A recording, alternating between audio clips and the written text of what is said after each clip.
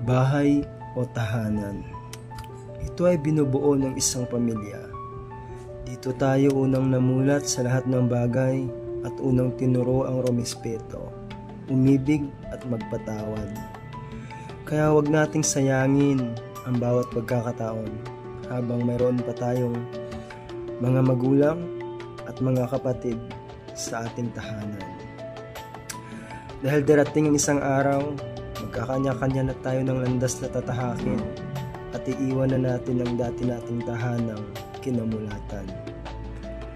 Magkakanya-kanya na tayo ng pamilya, mga magulang at mga anak. Pakahalagahan natin ang ating tahanang binigay ng Diyos, na siyang unang humubog at bumuo nito para sa atin. Lagi nating isama sa panalangin ng ating tahanan, dahil minsan lang tayong pinagkalooban ng Panginoon ng isang tahanang masaya at mapagmahal. Kaya sulitin ang bawat pagkakataon habang kasama pa natin ang ating mga mahal sa buhay, mga magulang, mga anak at mga kapatid. Mag-ibigan at magpatawad, kasi yun ang una at pinakamahalaga sa lahat. Yun ang bumubuo ng isang tahanan, ang pagmamahal at pagpapatawad. Salamat kaibigan.